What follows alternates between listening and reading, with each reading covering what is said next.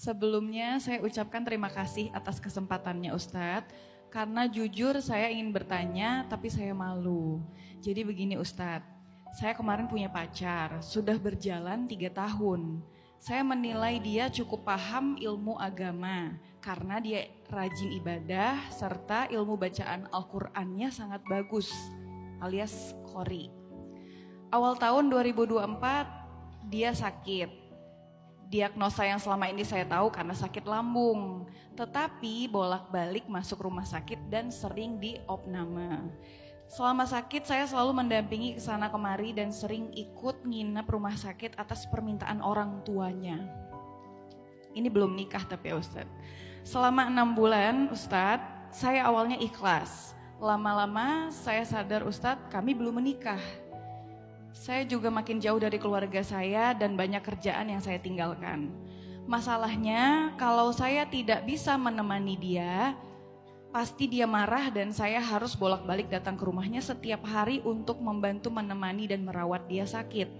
Dia juga sering bersikap kasar, baik fisik ataupun verbal kalau ada hal yang tidak sesuai dengan kemauannya. Sabar tetangga, sabar. Kenapa? Sabar dulu sebentar. Oh, Sebentar. Lanjutin dulu ya. bentar. Mungkin mereka tetangganya kali. Oke. Kemudian Dia sering bersikap kasar, baik fisik ataupun verbal kalau ada hal yang tidak sesuai dengan kemauannya. Contoh saya pernah dimaki dan dimarahi karena telat ambil nasi makan siangnya.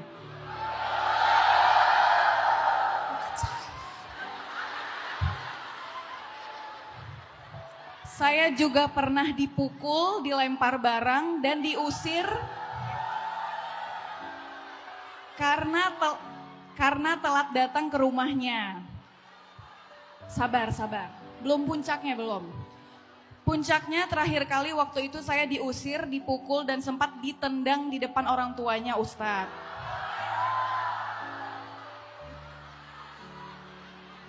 Setelah itu saya langsung memutuskan untuk pergi dan gak balik lagi karena saya capek. Pertanyaannya, yang pertama, apakah saya termasuk orang yang zolim karena meninggalkan pasangan ketika sedang sakit dan terpuruk? Hey, yang ditanya Ustaz. Ditanya Ustadz tapi sabar. Anda Ustazah Solehah. Yang kedua, apakah karma berlaku kepada saya karena tunggu sabar. Iya, apakah karma berlaku kepada saya Ustadz karena dia selalu mendoakan hal-hal buruk kepada saya? Ustadz. Yang ketiga, bantulah saya dengan doa ya Ustadz, semoga saya dipertemukan dengan jodoh atau calon suami yang jauh lebih baik. Amin. Yang bisa menghargai dan memberi dukungan hidup dunia dan akhirat. Coba marah. Aduh. Masya Allah ya, semangat anak-anak Medan luar biasa. Ini kalau orangnya ada di sebelah rumah kalian apain? Astagfirullahaladzim. Bodoh. Apa? Kali bodoh, mau dibilang bodoh gitu Ustaz. Oke, udah ya. Saya boleh jawab nggak? Sebetulnya jawabannya udah ada sih tadi sih. Pertama, kita nggak, ini saya pengen ngajak kita sama-sama belajar menalar. Walaupun dari cerita itu kita udah tahu lah kemana kita berpihak. Tapi boleh nggak kita jadikan sebuah perilaku ketika kita mendengar, membaca, menonton sebuah berita, jangan buru-buru menyimpulkan. Itulah kenapa kita sering terjebak dalam konflik di sosial media, gampang banget menyimpulkan hanya dari komen. Kan kalau ada berita di TikTok tuh susah nyari informasinya kecuali di komen kan? Kecelakaan gak ada keterangan di mana. Baca komen, oh. Sekarang bukan saya menuduh Mbak C, bukan. Tapi ini lagi menjadikan ini sebagai sebuah inspirasi aja untuk berpikir. Sekarang banyak banget loh modus kejahatan itu dengan playing victim. Karena kita tuh dikelilingi oleh orang-orang NPD kan. NPD itu gimana cara kerjanya? Modusnya tiga. Love bombing, manipulatif, playing victim. Di awal dia kayak baik banget, di tengah dia mulai manipulasi, nanti kalau ketahuan playing victim. Pura-pura ketabrak lah di jalan, kan ramai sekarang. Pura-pura ketabrak, udah gitu teriak-teriak, wah tabrak lari. Coba kalau kita pakai pola pikir kayak tadi, gampang banget kepancing. Gak mau menalar dulu masalahnya di mana. Akhirnya kita main hakim sendiri.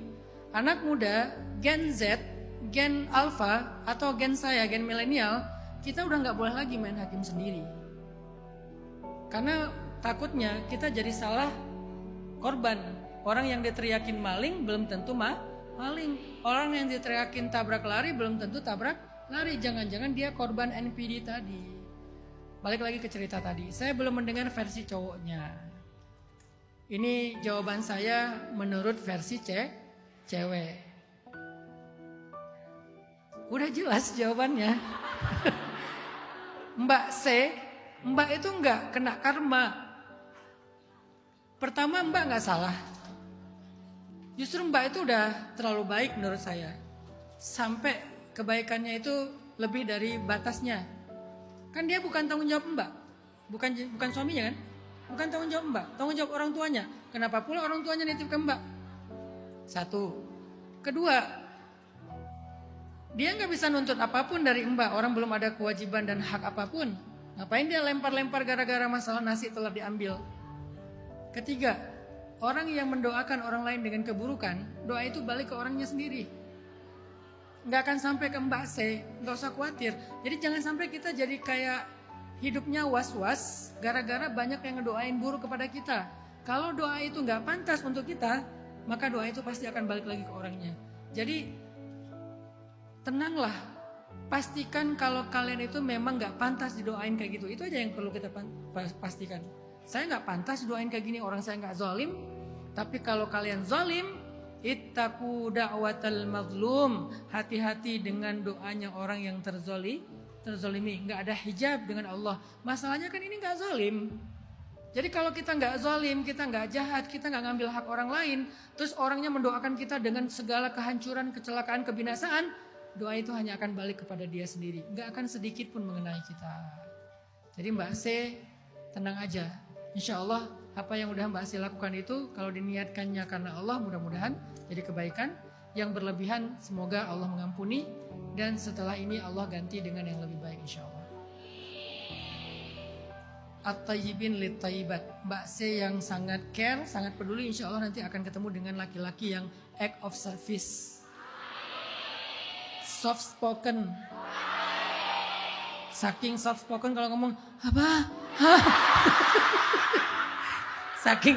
Saking soft spokennya gitu.